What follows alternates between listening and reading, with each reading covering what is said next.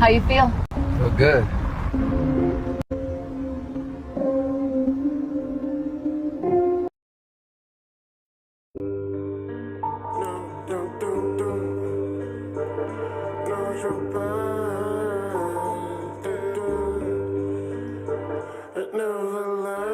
Test this out. Now keep in mind that I'm an artist and I'm sensitive about bullshit. How you walking in the future, but still forget your past. You looking for material, but that shit never lasts. Do you even know the real you? They can only see you through a mask. You was walking in the future, but still don't know your past. Why you always in fatigue? Cause I'm a one-man army. My blood don't bleed, and these devils never harm me. I know the magnitude, so I live in gratitude. Negativity has no gravity. Wanna write me out existence. They wanna dilute my blood, strip me of my innocence, because they know who I was. Cognitive dissonance, send this message through with love, cause I am the remnant. The ancestors knew I'd come. How you walking in the future, but still forget your past. You looking for material, but that shit never lasts. Do you even know the real you? They can only see you through a mask. You was walking in the future, but still don't know your past. Little boy in Ohio, smells of the fresh cut grass. Lord know what I know, secrets of an ancient past. Descendants of the mound builders, they make sure that you didn't know that. Tried to say you were native, ooh, but you the ones that made it. Wanna write you out existence. They wanna dilute your blood, strip you of your innocence, because they know who you were. Cognitive dissonance, send this message through with love, cause we are the remnants. The ancestors knew we'd come. They knew we'd come. They knew we'd come. They knew we'd come. Oh yeah.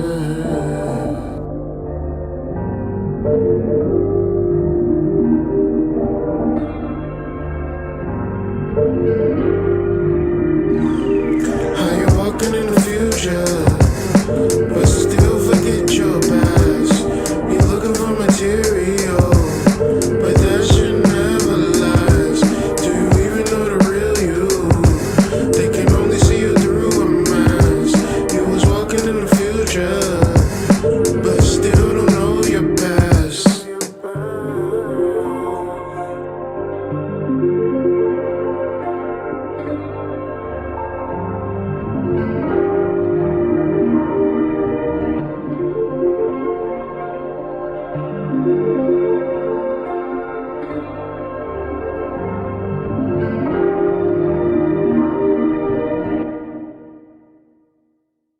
How you feel?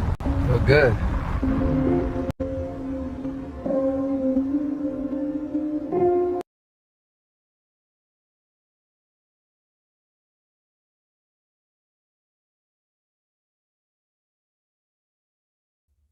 Chapter 3. Is opportunity monopolized? No man is kept poor because opportunity has been taken away from him, because other people have monopolized the wealth and have put a fence around it. You may be shut off from engaging in business in certain lines, but there are other channels open to you. Probably it would be hard for you to get control of any of the great railroad systems. That field is pretty well monopolized. But the electric railway is still in its infancy and offers plenty of scope for enterprise. And it will be but a very few years until traffic and transportation through the air will become a great industry. And in all its branches will give employment to hundreds of thousands and perhaps to millions of people. why not turn your attention to the development of aerial transportation, instead of competing with J.J. Hill and others for a chance in the steam railway world? It is quite true that if you are a workman in the employ of the Steel Trust, you have very little chance of becoming the owner of the plant in which you work. But it is also true that if you will commence to act in a certain way, you can soon leave the employ of the Steel Trust. You can buy a farm of from 10 to 40 acres, engage in business as a producer of foodstuffs. There is a great opportunity at this time for men who will live upon small tracts of land and cultivate the same intensively. Such men will certainly get rich. You may say that it is impossible for you to get the land, but I'm going to prove to you that it is not impossible, and that you can certainly get a farm if you will go to work in a certain way. At periods, the tide of opportunity sets in different directions, according to the needs of the whole, and the particular stage of social evolution which has been reached. At present, in America, it is setting toward agriculture and the allied industries and professions. Today, opportunity is open before the farmer in his line more than before the factory worker in his line. It is open before the businessman supplies the farmer more than before the one who supplies the factory worker, and before the professional man who waits upon the farmer more than before the one who serves the working class. There is abundance of opportunity for the man who will go with the tide, instead of trying to swim against it. So the factory workers, either as individuals or as a class, are not deprived of opportunity. The workers are not being kept down by their masters. They are not being ground by the trusts and combinations of capital. As a class, they are where they are because they do not do things in a certain way. If the workers of America chose to do so, they could follow the example of their brothers in Belgium and other countries and establish great department stores and cooperative industries. They could elect men of their own class to office and pass laws favoring the development of such cooperative industries. And in a few years, they could take peaceable possession of the industrial field. The working class may become the master class whenever they will begin to do things in a certain way. The law of wealth is the same for them as it is for all others. This they must learn, and they will remain where they are as long as they continue to do as they do. The individual worker, however, is not held down by the ignorance or the mental slothfulness of his class. He can follow the tide of opportunity to riches, and this book will tell him how. No one is kept in poverty by a shortness in the supply of riches. There is more than enough for all. A palace as large as the Capitol at Washington might be built for every family on earth from the building material in the United States alone. And under intensive cultivation, this country would produce wool, cotton, linen, and silk enough to clothe each person in the world finer than Solomon was arrayed in all his glory, together with food enough to feed them all luxuriously. The visible supply is practically inexhaustible, and the invisible supply really is inexhaustible. Everything you see on earth is made from one original substance, out of which all things proceed. New forms are constantly being made, and older ones are dissolving, but all are shapes assumed by one thing. There is no limit to the supply of formless stuff or original substance. The universe is made out of it, but it was not all used in making the universe. The spaces in, through, and between the forms of the visible universe are permeated and filled with the original substance, with the formless stuff, with the raw material of all things. 10,000 times as much as has been made might still be made, and even then we should not have exhausted the supply of universal raw material. No man, therefore, is poor because nature is poor, or because there is not enough to go around. Nature is an inexhaustible storehouse of riches. The supply will never run short. Original substance is alive with creative energy. and is constantly producing more forms. When the supply of building material is exhausted, more will be produced. When the soil is exhausted so that foodstuffs and materials for clothing will no longer grow upon it, it will be renewed or more soil will be made. When all the gold and silver has been dug from the earth, if man is still in such a stage of social development that he needs gold and silver, more will be produced from the formless. The formless stuff responds to the needs of man. It will not let him be without any good thing. This is true of men collectively. The race as a whole is always abundantly rich, and if individuals are poor, it is because they do not follow the certain way of doing things, which makes the individual man rich. The formless stuff is intelligent. It is stuff which thinks. It is alive, and is always impelled toward more life. It is the natural and inherent impulse of life to seek to live more.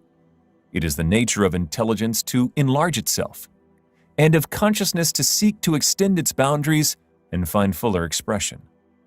The universe of forms has been made by formless living substance, throwing itself into form in order to express itself more fully.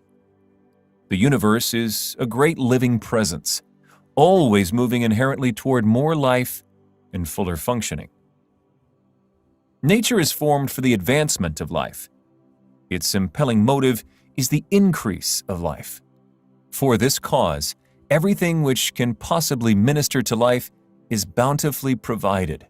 There can be no lack unless God is to contradict himself and nullify his own works. You are not kept poor by lack in the supply of riches.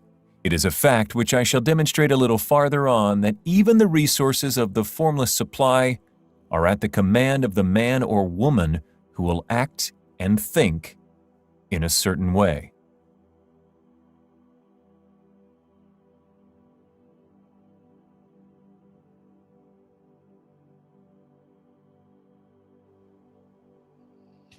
Peace to the tribe, peace to the collective. Back up in this thing. One's in the chat if you can hear me okay. Today we're talking about chapter 3 of the science of getting rich. You feel me? In this day and age, as we're going to get into in this video, it's a lot of things you could be worried about. You could be worried about Turkey. You could be worried about your ex-boyfriend. You could be worried about Megan Thee Stallion. You could be worried about a lot of different things in 2025. But I feel as though the most important thing, and please correct me if I'm wrong, we need to figure out how to get rich, how to stay rich, and keep our mind on money. Because, I got a couple of videos that I'm about to show y'all. And the gist of these videos is a presentation that I want to talk to, just more of like a book report, just diving deeper, pause, into chapter 3, of course, but as a form of like current event balance. I want to just show y'all like the world that we're living in and understanding things from an economic point of view.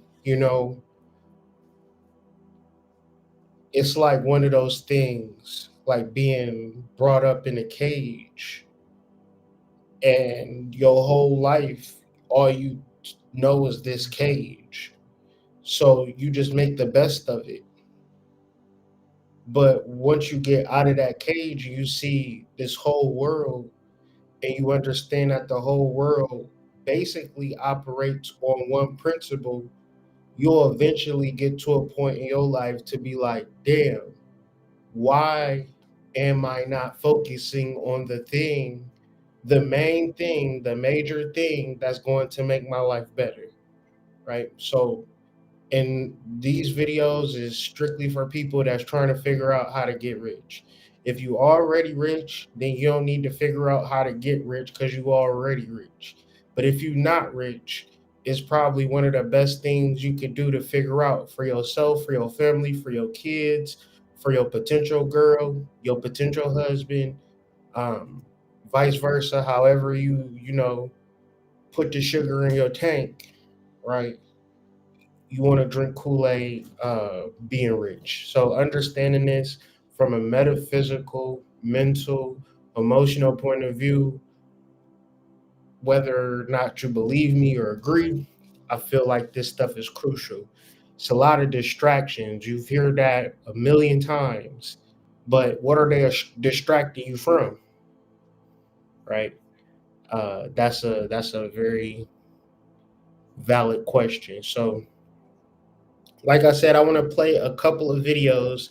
If y'all can't hear the audio, please let me know because I can always hear it on my side. Matter of fact, let me go ahead and foolproof it. Peace to the tribe, peace to the collective, man. Happy that y'all here. Happy to get into this. Yeah. Let me try to share the screen one more again. And first video is going to be basically the illusion of the middle class from a personal experience, right? Because it's nothing better for a black person to be in the middle class. And it really dawned on me. I was listening to this podcast and I was hearing a feminist, no shade, saying, women, we able to do whatever we want to do. We can buy a house, we can get a car, we can have a bank account. And it's like a house is debt, a car is debt.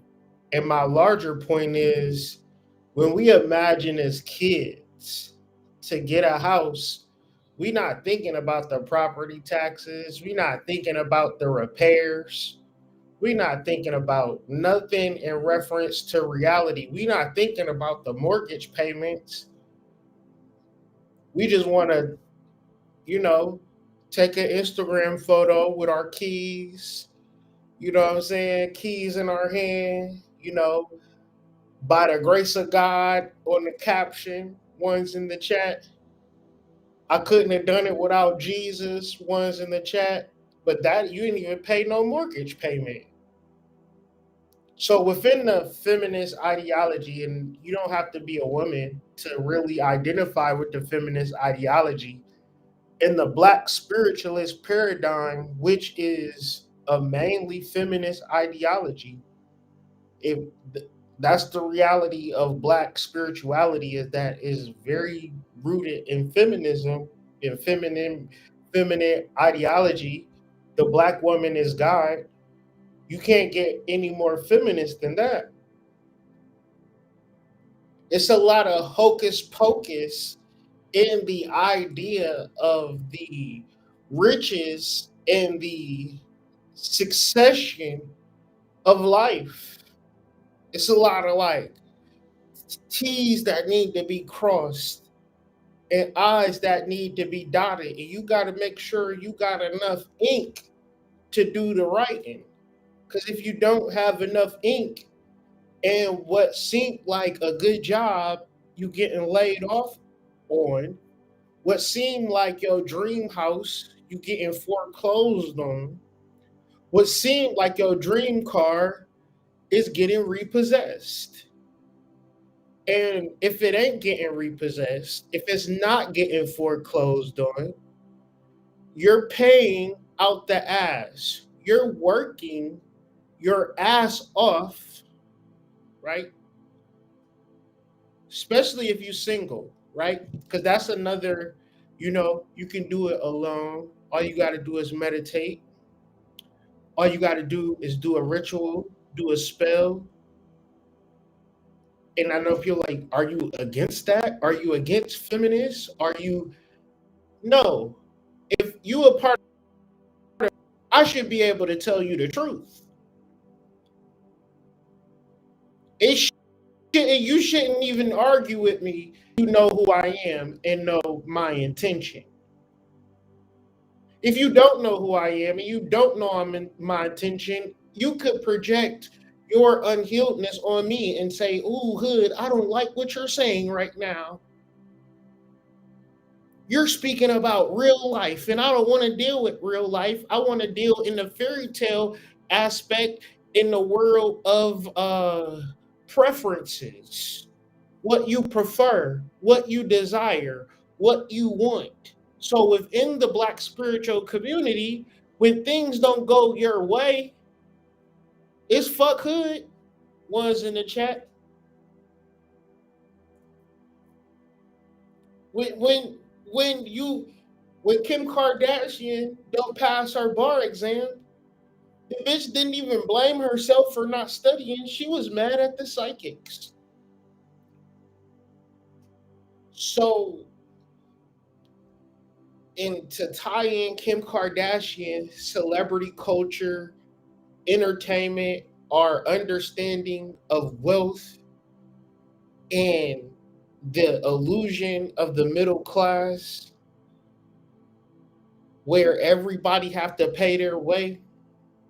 So I feel that this book comes in at a perfect time to give you a little bit of an advantage when you understand the metaphysical and mental and emotional game that you must play in this matrix to get what you want. So if you got a job, excellent. Well done, sir. Well done, ma'am. Keep that job, right? But the next part is, how the fuck are you gonna get rich, right? Because what you're gonna work overtime and get rich.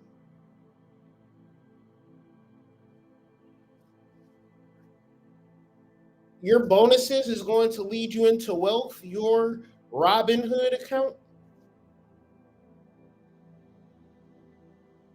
All right, we need to start putting on our thinking caps, guys, and lock the fuck in, right? So here we go. I'm gonna play a couple of clips on this video, and then I'm gonna segue into another video. Once again, if you don't hear it, just let me know. One's in the chat if you can't hear the video. How about we do that? What are your thoughts? Let me know in the comments if you agree or disagree. I don't know if y'all gonna feel me on this one, but middle class is too close to poor to me right now.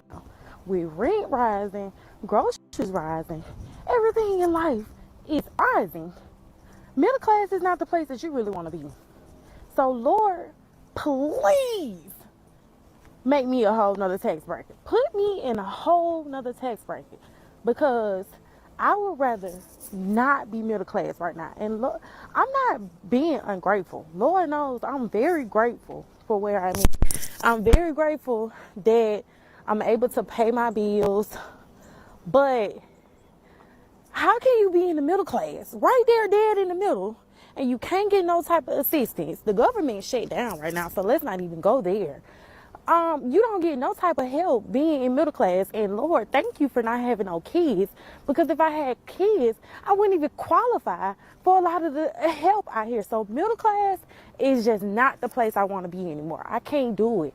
Lord, increase me to a whole nother tax bracket. I need it. I hate being middle class. And I'm gonna tell you why the fuck I hate being middle class. Because why the fuck am I owing taxes? But you know the top 1% barely pays any goddamn motherfucking taxes. Oh my God, I swear to God, it's like the middle class hurts the most. No matter if you're lower middle class, middle class, or high middle class, it's like you hurt the freaking most.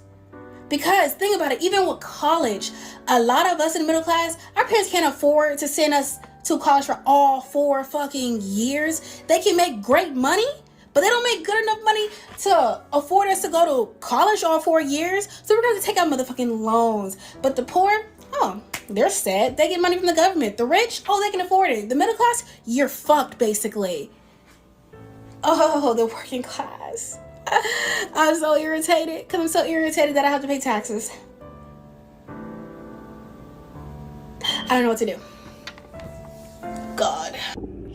If you are considered middle class, can you chime in and let me know what you have in your savings account? Because I swear, every paycheck, I am putting money into my savings, but needing to transfer it back within a few days. My registration's due. My husband's registration's due. He needed 2 new tires, even though warranty.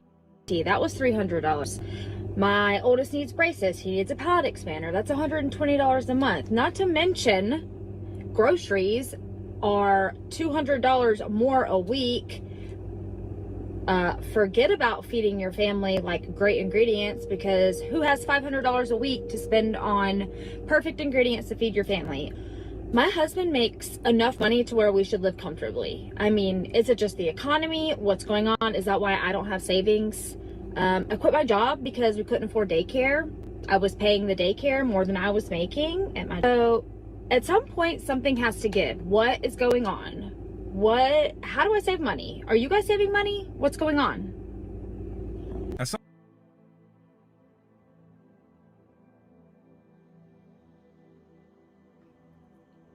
So like all of these videos have like popped up, like basically last night I watched this video last night, and I've been kind of going through what I was going to say in reference to this presentation for a minute.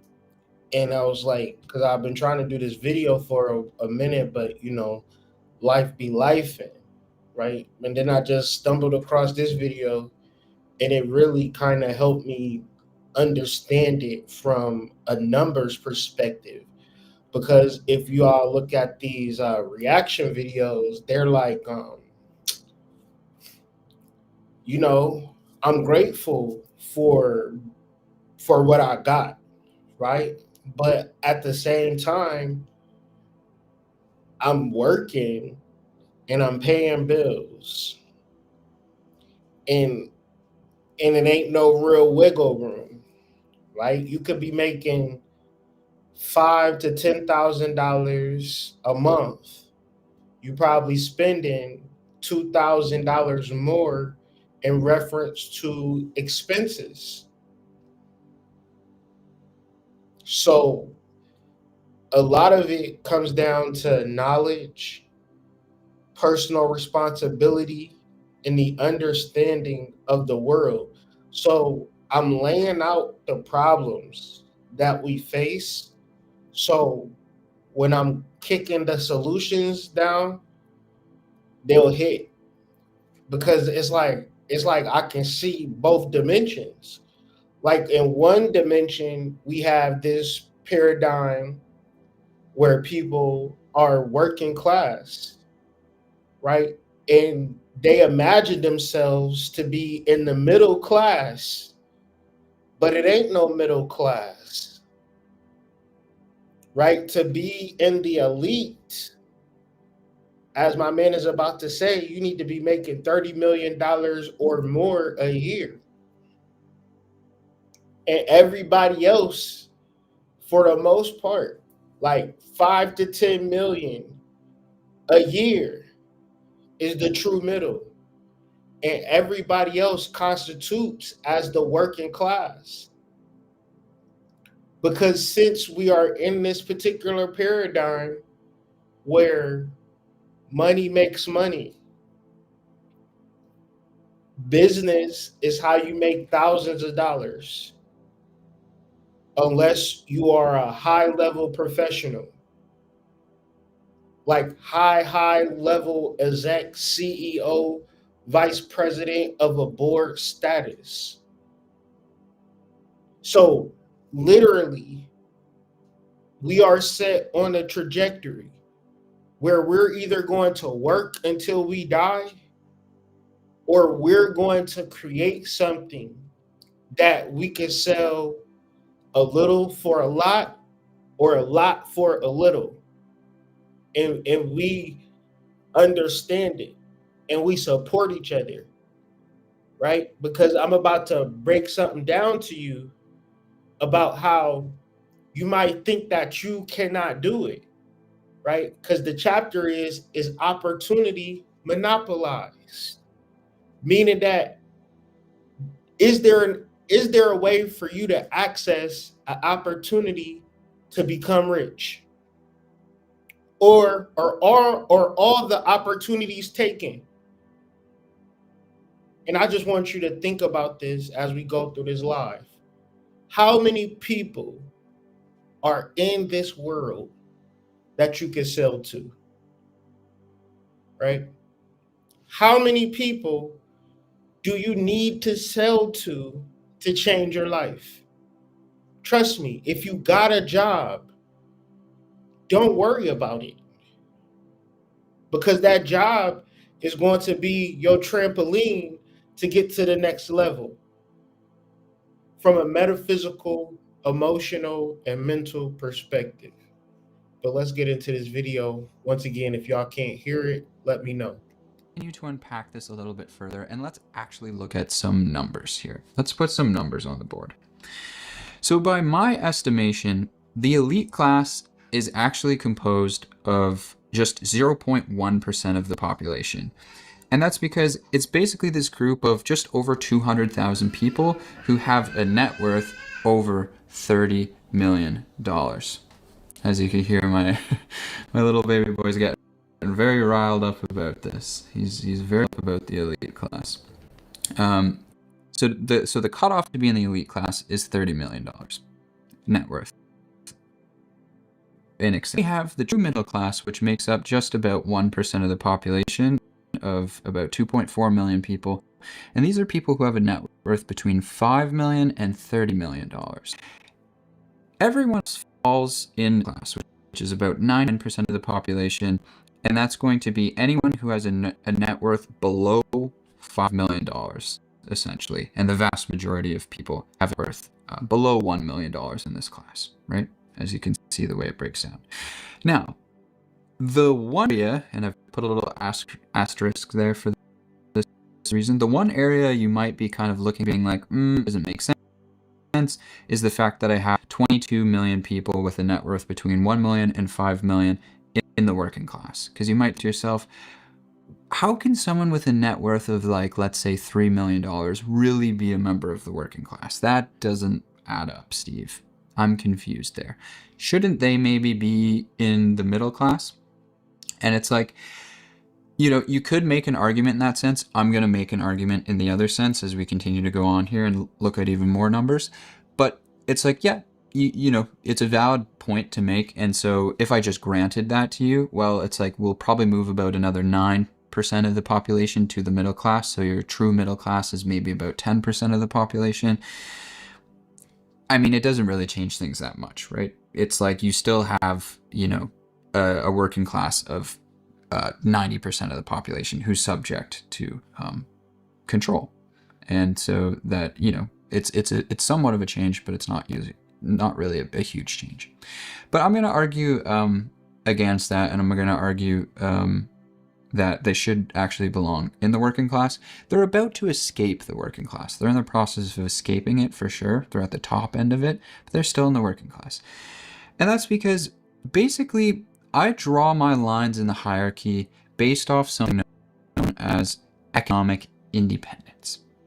And so what we find is that the elite class is actually the members of society who are fully economically independent, right? And what that means is they don't have to rely on anyone or anything outside of themselves to be able to produce or procure what they need to survive.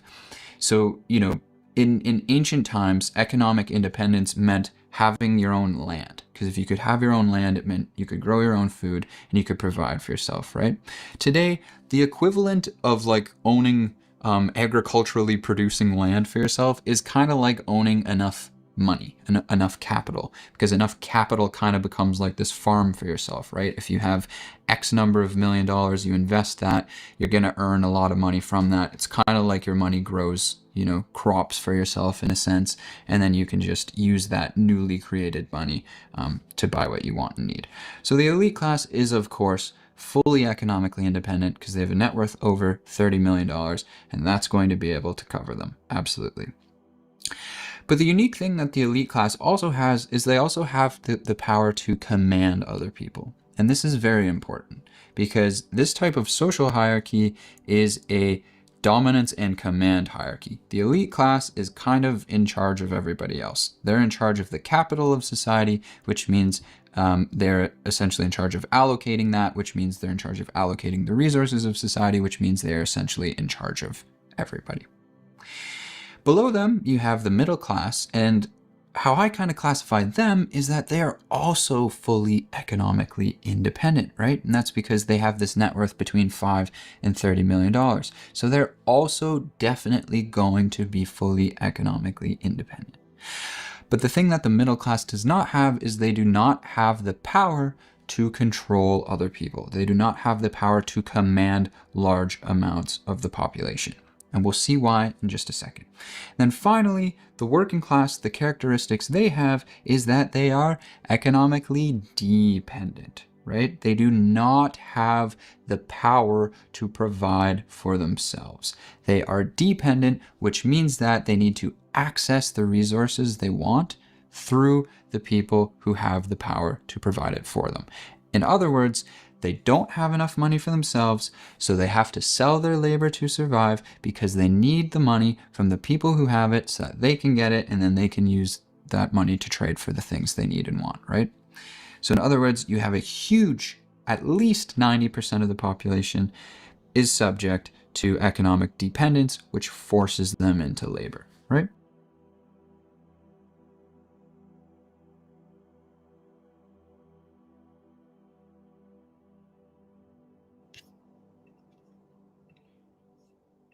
So let's get into this. Is opportunity monopolized?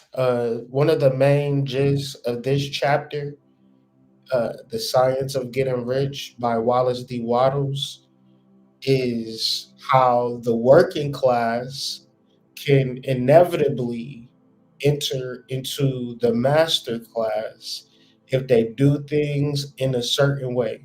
And I feel as though this chapter is opening you up to the concept of opportunity and how to seize opportunity, right? Because once again, this book is not written for people who are already rich, because people who are already rich do not need to figure out how to become rich. So it starts off, and of course, I'll just be paraphrasing, right? If you are a part of the working class, is not to say that the government is holding you back. It's not to say because you black, you can't be rich, or because you a man, or because you a or because you have a felony, or because you a woman.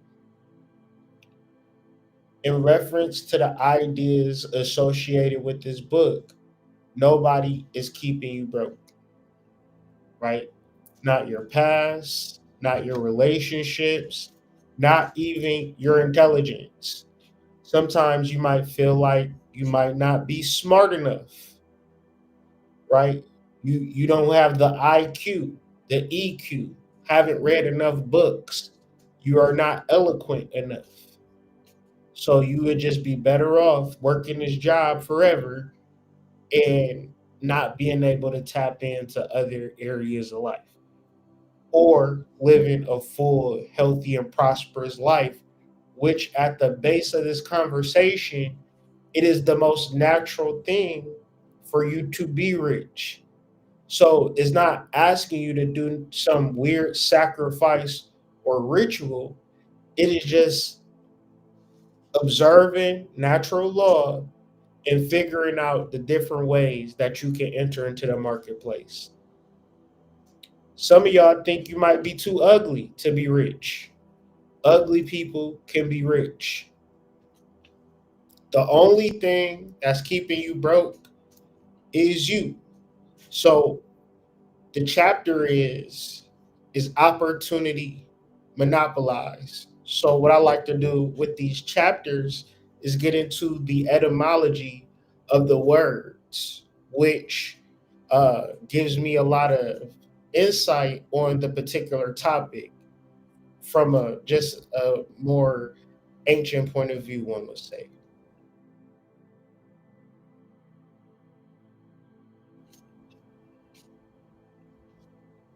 So The word opportunity means fit, convenient, or a seasonable time. Opportunity means fitness, convenience, suitableness, or a favorable time. It is opportunity is from the Latin phrase oppurtum veniens. Veniens. My Latin isn't as sharp as it used to be. Coming toward a port, reference to the wind, in front of, toward, portus, the harbor.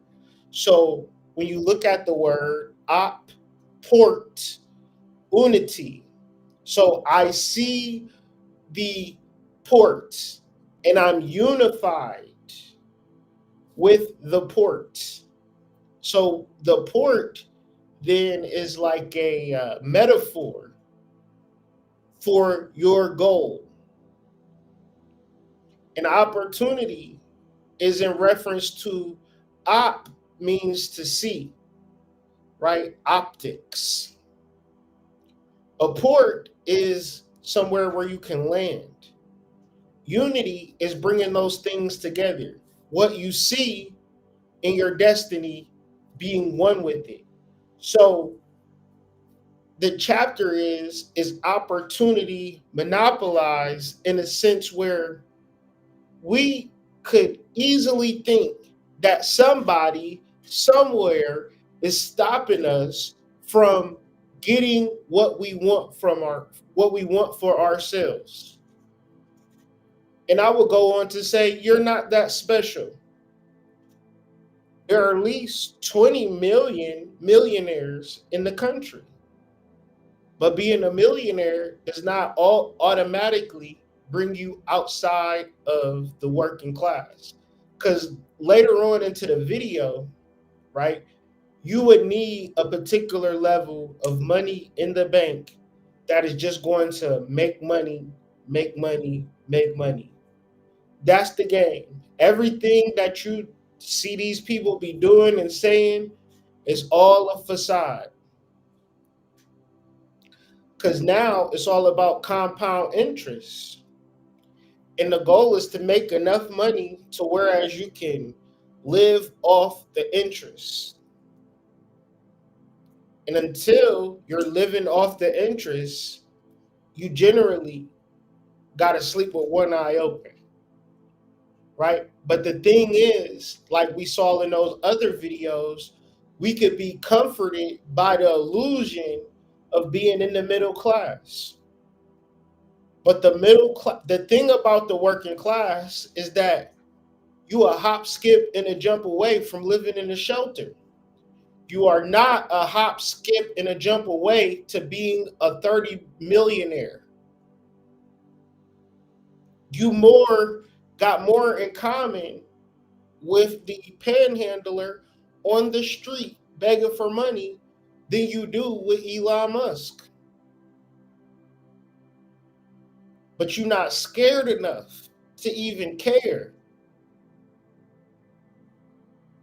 One's in the chat, Black people gonna be together tomorrow talking about boyfriends and girlfriends and Beyonce and a whole bunch of other bullshit.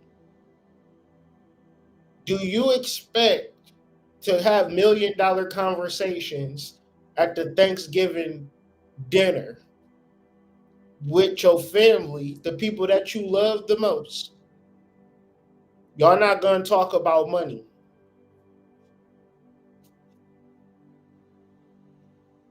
And my thing is, why? So what is a monopoly? A monopoly is an exclusive control of a commodity or trade. A right exclusive sale is from the word monos, which means single, alone, and polling, which means to sell. Meaning that you're the only person that can sell this thing. So the likelihood of you starting an electricity company is low because it's already a monopoly in the electricity companies. But there are areas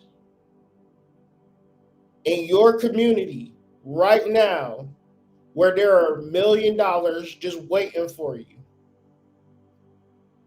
So when we talk about doing things in a certain way, this is a positive mindset, an affirmative mindset.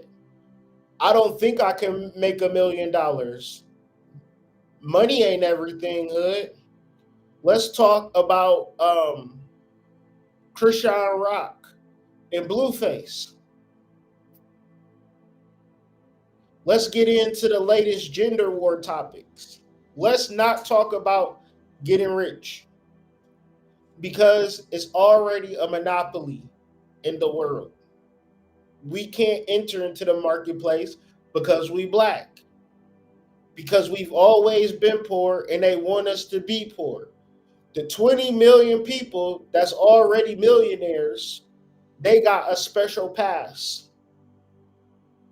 They got stamped by the mark of the beast, hood. We don't got that stamp, so we are going to be perpetually poor.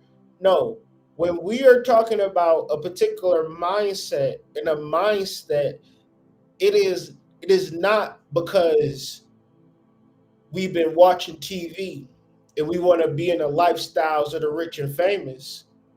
It is because we literally have no other choice in reference on how you play the game.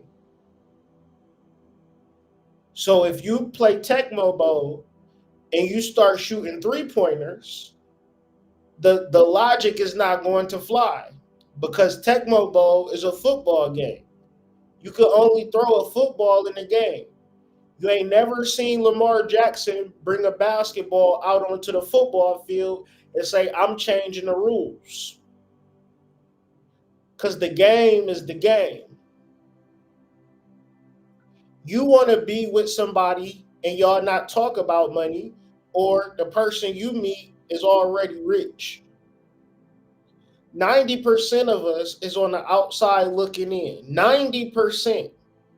That means if you see 10 niggas, 9 of them is on the outside looking in. And the one nigga that's on the inside looking out, he already knows he's the one nigga out of 10.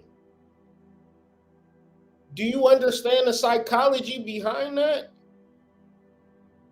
To know that 9 of these niggas is broke as hell, like for real broke, but they don't know that they for real broke, and I got $30 million in the bank or more, and I know you got $50,000 that you make in a year, I make that in a week. Y'all gotta actually be real about what you and your partner should be doing on a daily basis. Because if you are a man and you with a bitch that's wasting your time, you don't get another life. That's the game. The game is you here and shit. If your other life, you don't got a memory card. Let's just put it like that. You're gonna have to start all over from the beginning and build all of your XP up all the way again. Because what we are talking about is rich is the bare minimum, right? Rich is the gateway to life. Because if you're not rich, you're not poor, you're a part of the working class. Is what I'm saying making sense, or do I sound crazy? That's something that I would like to know.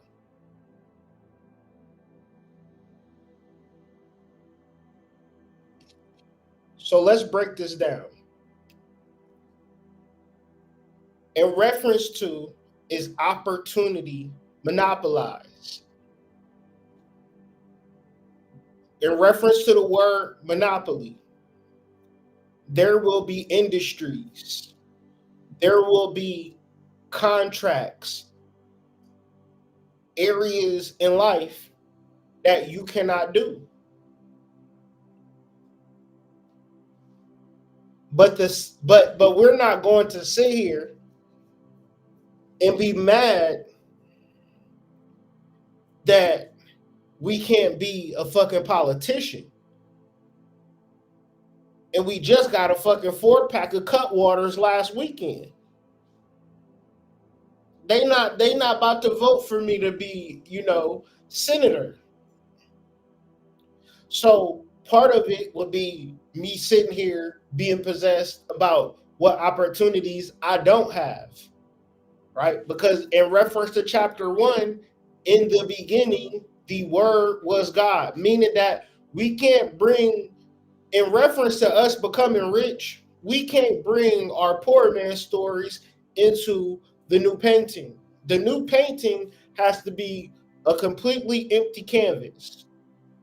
And in this empty canvas, we have to be possessed by what we can do. Possessed. Crazy. Because in reference to an opportunity, it is what you see. It is your destiny. And in reference to you uniting with your destiny. To live in a hut, right? Your destiny is to live in a hut. And put and rub pennies together. And not see the world. And the time and the space. Just because you don't see it don't mean it's not happening.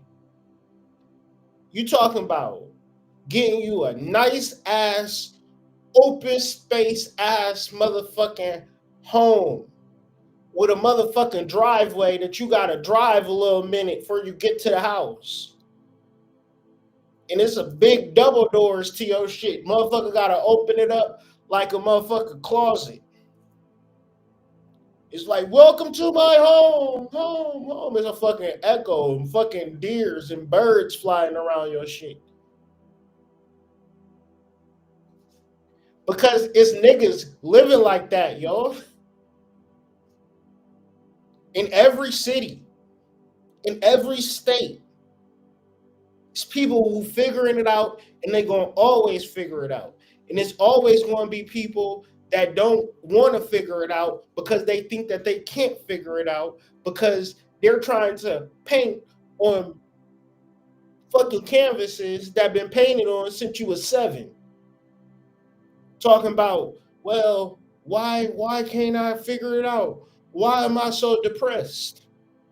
I will be depressed if every time I looked at my canvas, it was just layers and layers of fucking paint.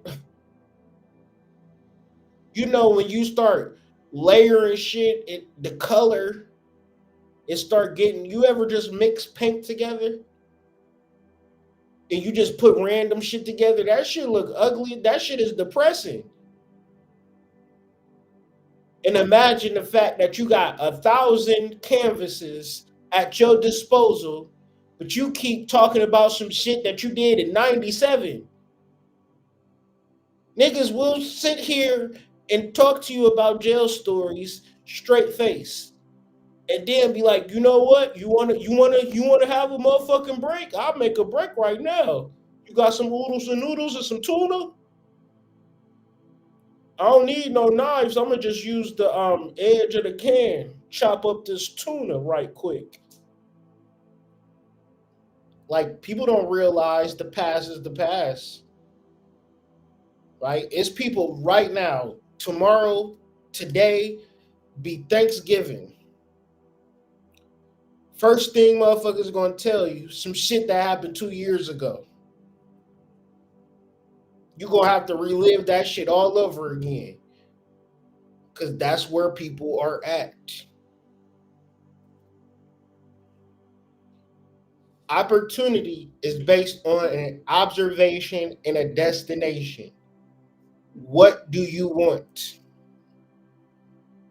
And if you do want something, you can get clear on the details. But if you're not clear on what you want, and you're not detail orientated, and you don't have no order, and you just wishing for this shit to happen, This is where we bring in the feminist ideology in reference to black spirituality, where we don't have to deal with no nuts and bolts shit. And that's why motherfuckers clown us to this day. In reference to a black spiritualist, in reference to the entire zeitgeist, we're a fucking joke. It's funny. Oh, you do tarot card readings? Oh, you into astrology? Ha ha ha. It's funny. Because niggas refuse to sit and have real conversations. Niggas will go to the person that they like and never even get into the fact of who's funding this motherfucker, right? Y'all don't even give a fuck about who's funding them, because niggas is dick riding the next popular thing. So what we got is a bunch of spiritual capitalists that bleed into social capitalists, relationship gurus, panel shows, tonight's conversation. Is the spiritual community have been reduced to why don't boys like girls? Why don't girls like boys? As if we didn't figure this shit out in kindergarten. Didn't y'all have boyfriends and girlfriends all throughout fucking elementary school? Don't get fucking 40 years old trying to figure out relationships. 16, we was going to the movies getting our fingers wet. Tongue kissing through the whole movie. I was at the Batman, but I don't remember. I didn't see nothing. Kissing and shit.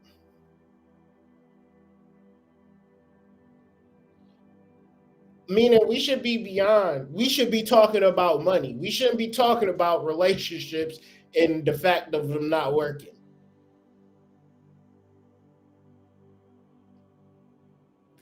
Because the way that niggas is so simple, and the way that you can easily go on a date and spend $200 and a girl say, damn, no man has ever done that for me. Are we going back to your place or are we getting a hotel? Y'all still gonna make it complicated, as if y'all act like Roof Chris is not out of business. It's the simple things. Y'all gonna act like we gonna figure out relationships is hard. No, it's not. I've successfully had girlfriends ever since kindergarten. What are we talking about here? I'm not even the most attractive nigga on the block.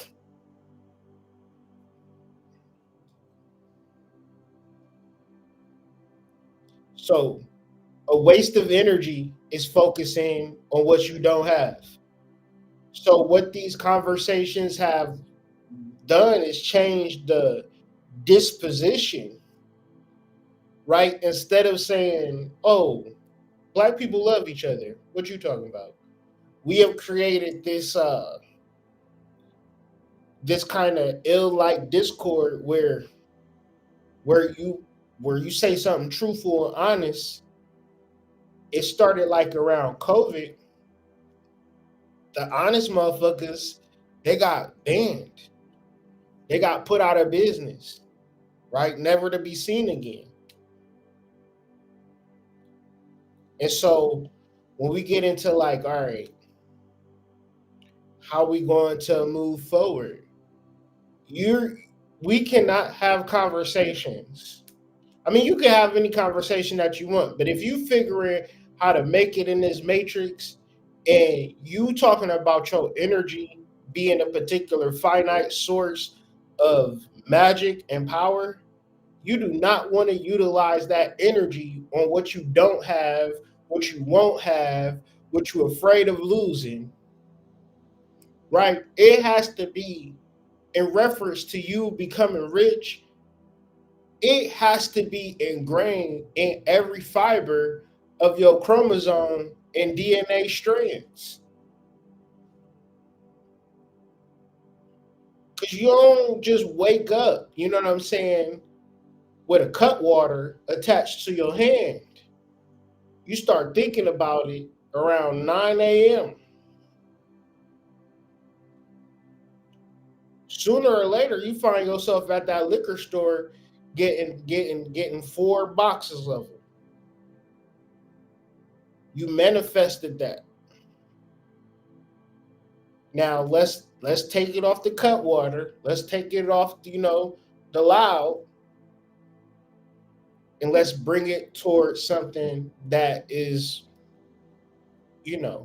once again, what is your observation? What is your destination? That is your opportunity.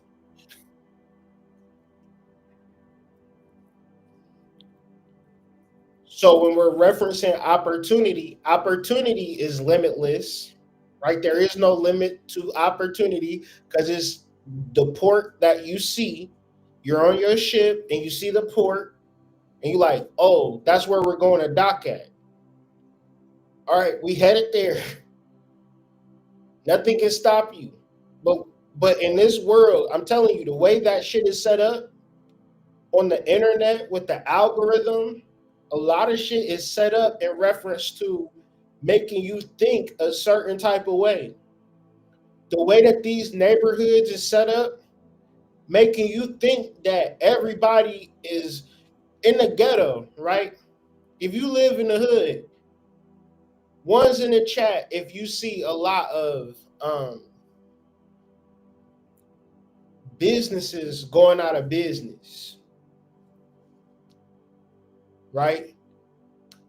But if you live like in the rural areas, not like the farm rural, but like elite, high hoity-toity areas, shit, they still got the cleaning services, the mansions is still mansioning, So what I'm saying is, like, you could be living a life where you on your tractor trailer and your farm with your pigs and your cows and your chickens and your fucking vegetation. And it could be an endless supply of food. So much food that you could start selling it and giving it away. It's people that live like that today. And then there's another person that's going to the goddamn Kroger. Everything in Kroger got preservatives. Everything in Aldi's is bioengineered foodstuffs. The grocery store, one of the biggest illusions in the whole entire planet. If it wasn't an illusion in reference to the grocery store, you'll walk in that bitch and everything will be molded and going bad. Because that's the reality. But in order for people, you can't have a grocery store and everything is going bad, all the produce and shit. So let's not make this shit look fucked up. Let's add preservatives to everything. What is it actually preserving? It's preserving the illusion. Y'all don't see that? Everything in the grocery store got a preservative. And if it don't have that preservative, it will be going bad. That's an illusionary, people out here eating meat 3 times a day, all day, every day, harking down meat, animals that's living in a 2x2 cell next to each other, born to die. In reference to the biblical times and the ancient hunter-gatherer societies where you ate what you killed, if you did preserve it, they figured out different ways to preserve it and cure the meat with salt and things of that nature. You ain't going to the grocery store and getting natural preservatives. That shit just, chlorine and all different types of steroids and hormones. right? You talk about ways to get rich. You just think about providing healthy, fresh food to humans. Think about how much money you can make if you had a farm and you didn't use Monsanto on your farm, and you had a hobby farm, few goats, few chickens, a cow or two, and you raised your animals, and you didn't add preservatives. You took it, you first come, first serve. You wouldn't be broke, you wouldn't be poor, and you wouldn't be going back and forth to the grocery store. When you start to observe people, wealthy people, right? I spent a lot of time in Ann Arbor, Michigan, right? So it's basically it's a city where everybody in the city is wealthy. I mean, not everybody in the city is wealthy, but you can't be poor and live in Ann Arbor. Let's just put it like that. But in reference to the elite and how they live, I get to see it. And what I be seeing on a day-to-day basis is shit that I think about the times that I spent growing up. In the time that, niggas was just acting like we had all the sense in the world and knew everything that was going on.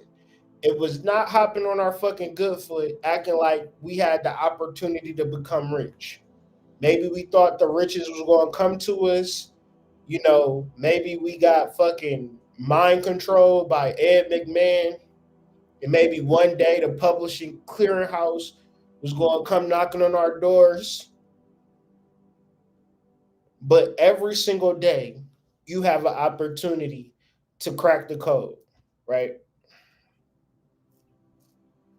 So the key indicator of a business or a value proposition that doesn't do well is a simple formula. Nobody wants that shit. So what do you have to figure out? You have to figure out how to give people what they need or what they want. What is this? This is simply going with the tide.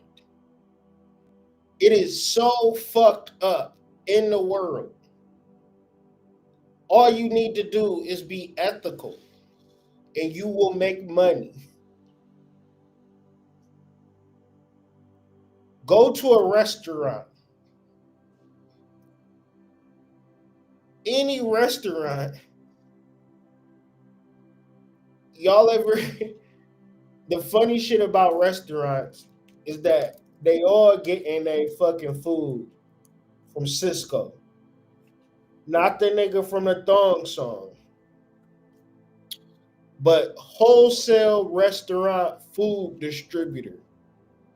Cisco delivers exceptional produce, custom cuts of meat, high quality seafood, and imported foods offering global flavors.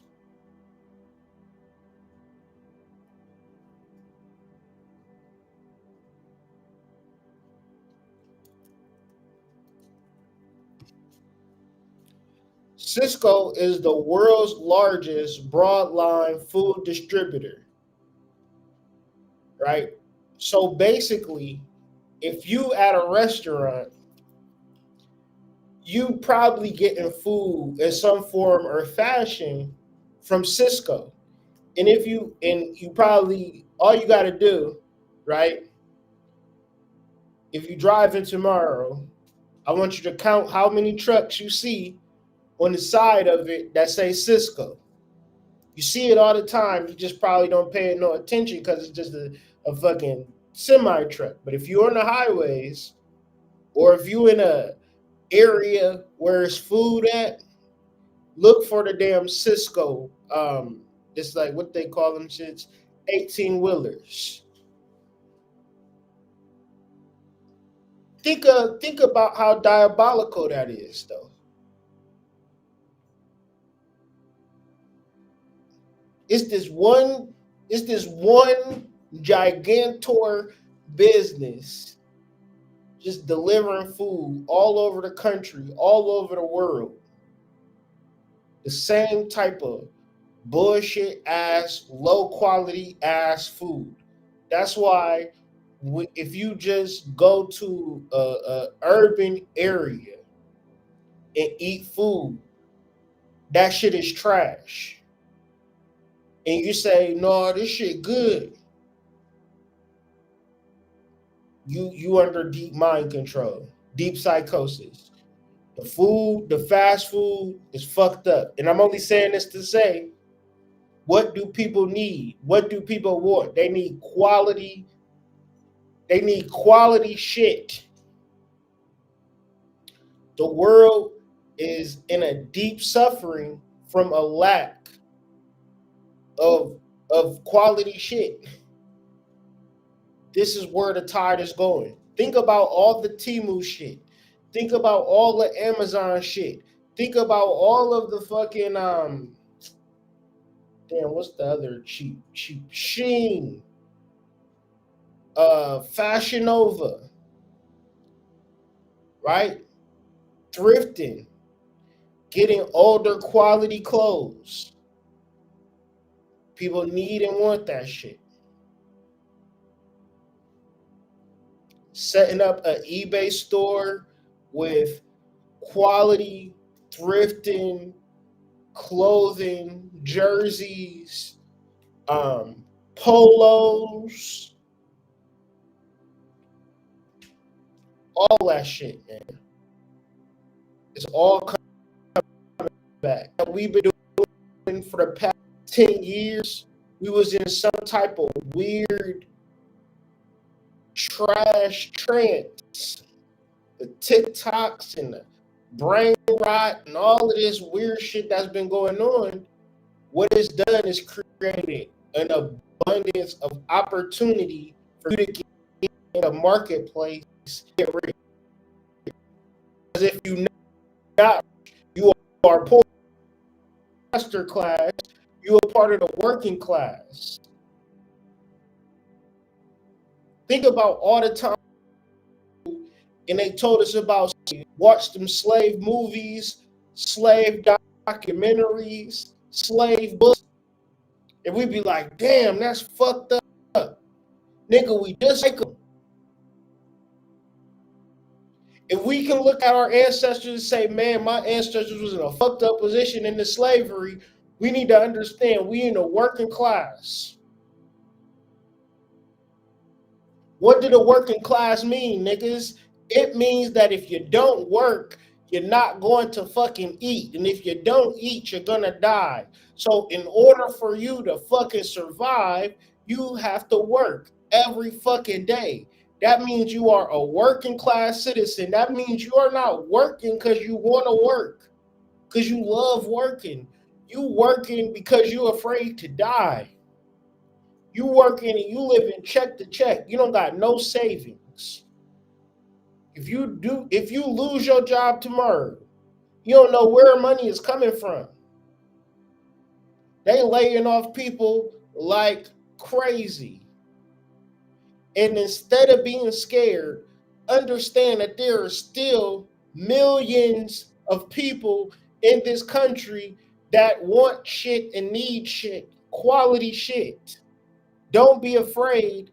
Make some motherfucking money. At least from a mental and emotional and spiritual point of view. If you can wrap your mind around the things that I'm saying, things will begin to fall into place. If you don't know what your business team is going to look like, just say you're going to have a business team and those pieces are going to fall into place.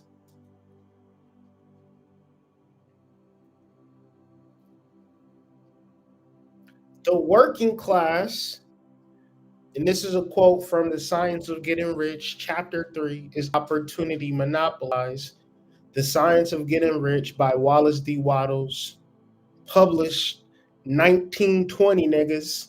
Over 100 years ago, nigga.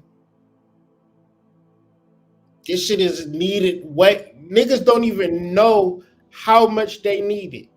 Because in reference to the shit happening in the world, what you gonna do besides panic?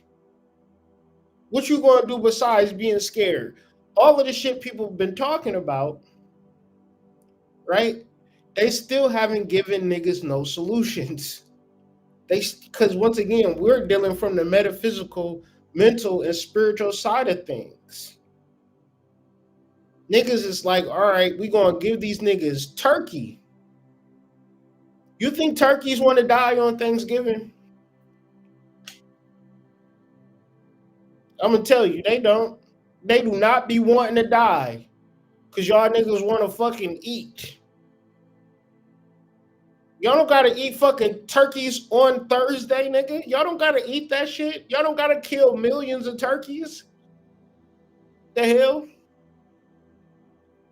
That is a ritual. It's a working class ritual. You know these fucking Saturnalian rituals? Nigga, do y'all know?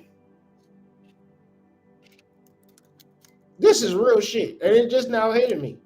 I've known this for a while, but I'm just like, oh yeah, they're gonna do this shit. They're gonna do this shit, man. Y'all gonna celebrate Christmas? During the ancient Roman festival of Saturnalia, social hierarchies were temporarily suspended. So what? You don't gotta work tomorrow, nigga. You free. You don't gotta work. It's a holiday.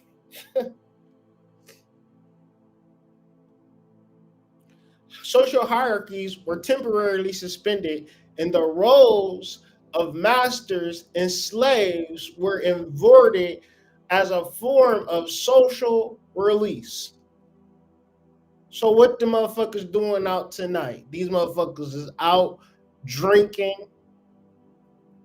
All the kids, all the young people, your motherfucker come home from college. Hey, mom, going out. Okay, have fun. Not, motherfucker, you taking part in a fucking ritual. My family's coming over for Thanksgiving, for Christmas. We don't have to work. Listen, nigga, every day is a 24-hour day. In a farm mentality, you work every day. Because if you don't work your farm, you can't not work your farm on a daily basis. That's why the kids work the farm, the mama work the farm, and the daddy work the farm. Right? And this is like American life. This is what it means to be an American. To either be a master or to be a slave. And with these holidays, oh, hood, man, you take this shit too seriously. You need to this, that, and the third with your family, hood. This, that, and the third. Like, I mean, I get it and I understand it from an emotional point of view. But if we gonna be realistic here, and we gonna be understanding the type of world that we live in from a straight numbers point of view, outside of the emotions,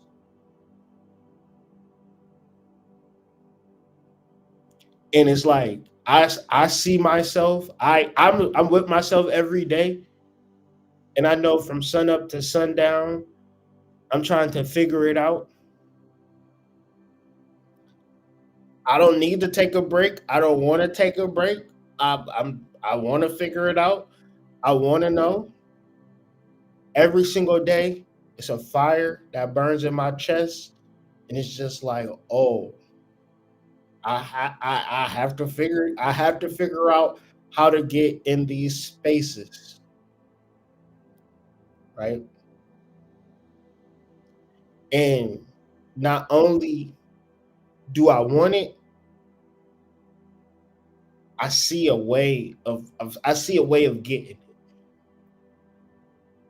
So when these holidays come around, it's either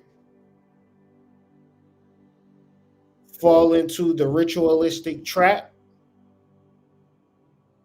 or keep going in where my soul is just fueled to go, right?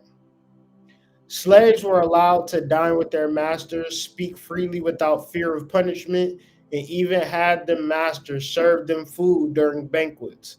You know what tends to happen during Christmas time?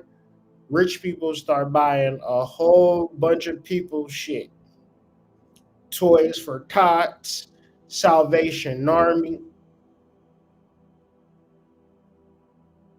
And this is the way that you know the master class versus the working class, right?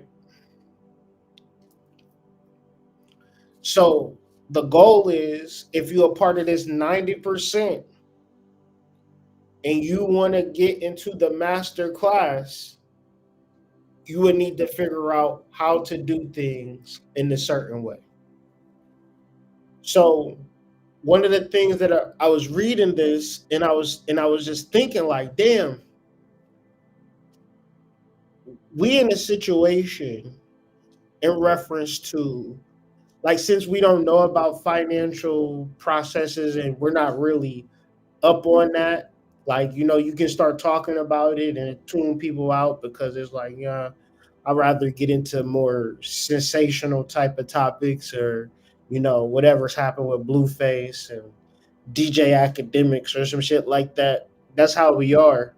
I started to think like slavery wasn't like something that just happened overnight. Like niggas just didn't wake up and become slaves. It was actually a gradual process, right? Indentured servants was under a particular contract and it would be over in 4 to 7 years.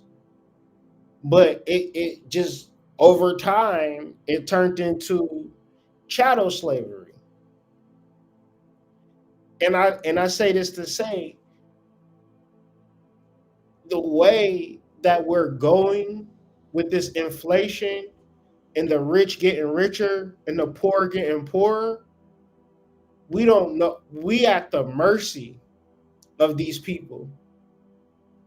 And you might want to be like, no, I got to be real with my people, right? I got to save my people. I got to help my people. You can't help them being poor. In the book, it says the only way that you can help poor people in this country and in this world is, the first things first, you must become rich. Because the slope is sloping and it's slippery and niggas sliding down it. Niggas done bit off more than they can chew. Niggas just wanted a house and not even thought about any of the extra shit that goes on with it. Niggas just wanted the car. You know, wanted the Hellcat. Didn't want to save up the money for it. They wanted it on credit. They got it with interest. Then they got it with insurance. And now they can't afford it. And if they can't afford it, that's all they can afford. I'm making $5,000 a month. And I got to spend $2,000 of that on my car. I got to spend another $2,000 of that on my rent. I have $1,000 for my phone, gas, food. According to the government, $5,000 a month is good money. So I can't get food stamps. I can't get no assistance. $5,000 a month, that's $60,000 a year. You did good for yourself. That's taxable income. You have to pay on that. So, with all that being said, if you're going to be real about it, can't be paying all of this debt if we're going to get out of this hole. It has to be some form of investment, some form of business, some form of conglomeration, meaning that you can't do it all by yourself.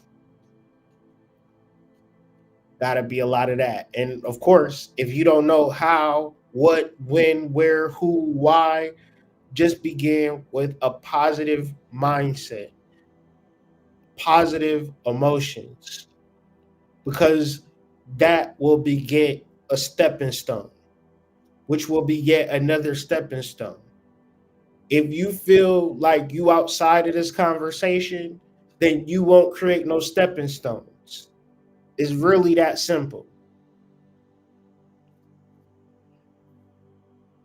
So I just wanted to go back to these videos again and kind of break back into, just to give y'all a framework of the illusionary middle class.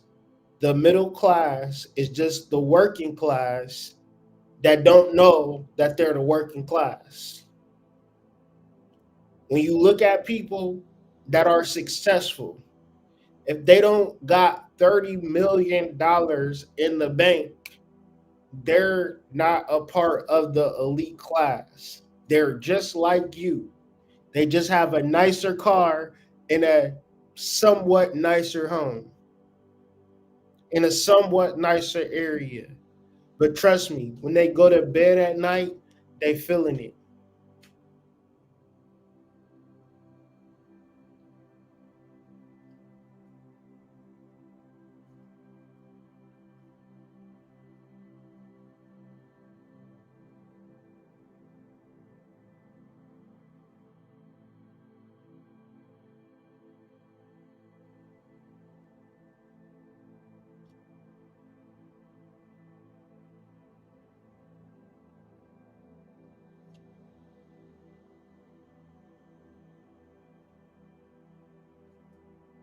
Late 20s, I can tell you and I can promise you that all the people you know who have nice things, cars, houses, all that stuff, yeah, they're like 2 missed paychecks away from their entire life crumbling.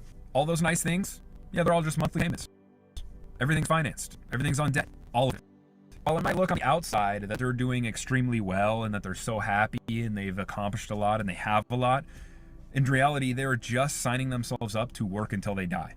All just to maintain an image, too. A part of this is because Americans are impatient and insecure by nature, so they'd rather pay a monthly payment with interest now than save up and buy it in cash. But then, of course, unfortunately, there is a large percentage of the population that just doesn't understand how compound interest works. They don't understand how much they're actually paying for these things they finance. There are several people out there who rack up a giant credit card balance, make the minimum payment, and then don't understand why their balance isn't going down.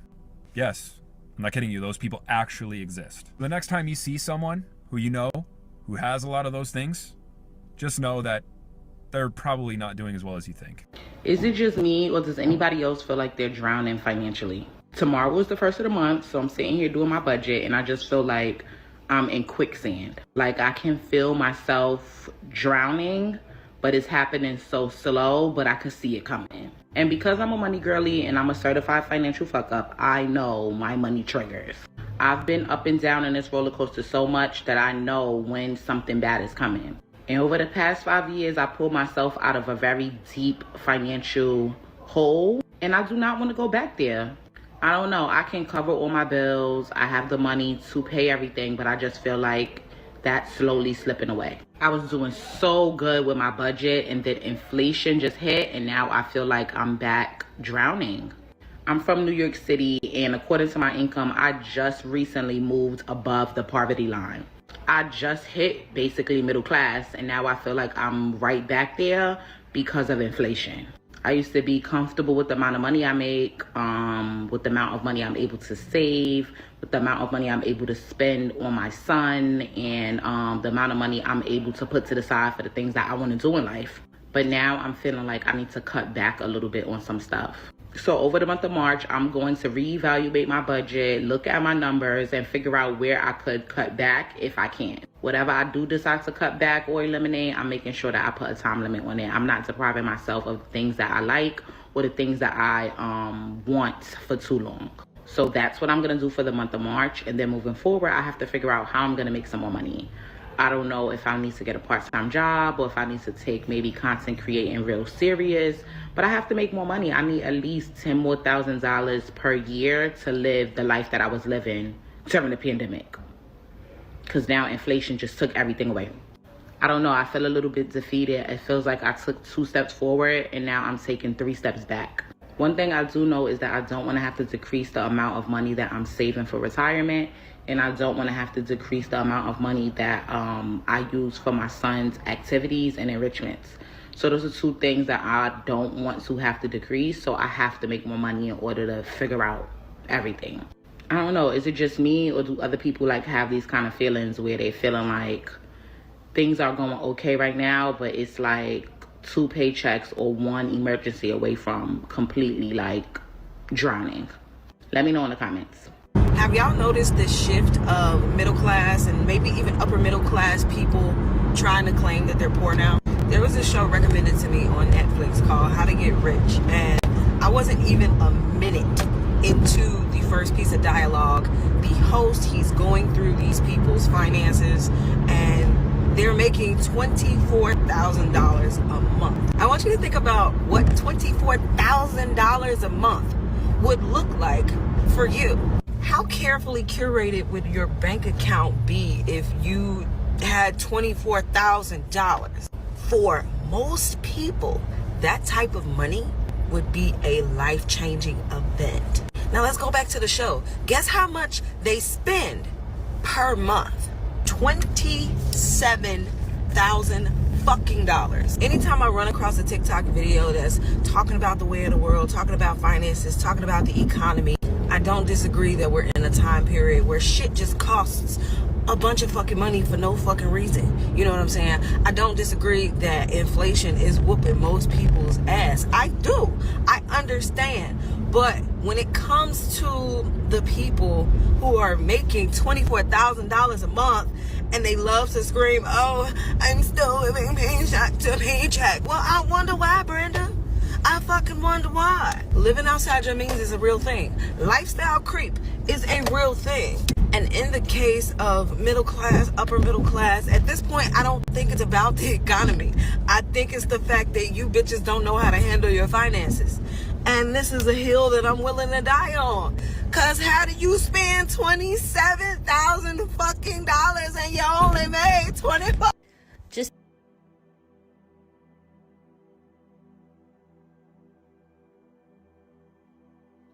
So let's tackle this word economy, right? What is an economy? An economy is a household management from Greek economia, or household management or thrift. A manager, a steward, oikos, house, abode, dwelling, with Latin vicus, district, vicinius, near, Old English wick, dwelling, village, from the word white, clan, plus nomos, managing, from manage, assign, allot, or take. So to summarize, economy is how you manage your household. Now, that could mean a variety of different things, but when you think about what we were talking about earlier, from a farm perspective, right?